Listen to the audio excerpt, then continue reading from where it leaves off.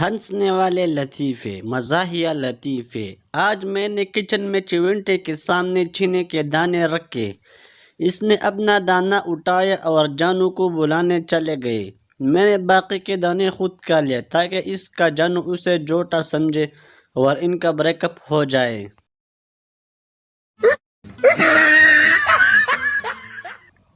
ایک صاحب کی اپنے کزن سے شادی ہوئی۔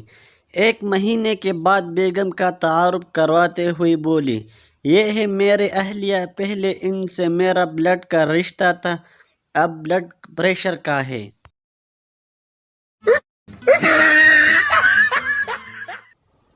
ڈاکٹر نے عورت کے منہ میں تھرمامیٹر رکھ کر منہ بند کرنے کو کہا۔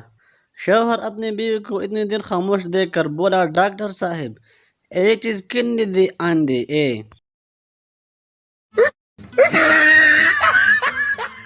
شوہر، بیگم اپنے 40 سالہ شادی شدہ زندگی میں آج پہلی بار تم نے اتنی بہترین چائے بنائی ہے کہ میں بیان نہیں کر سکتا۔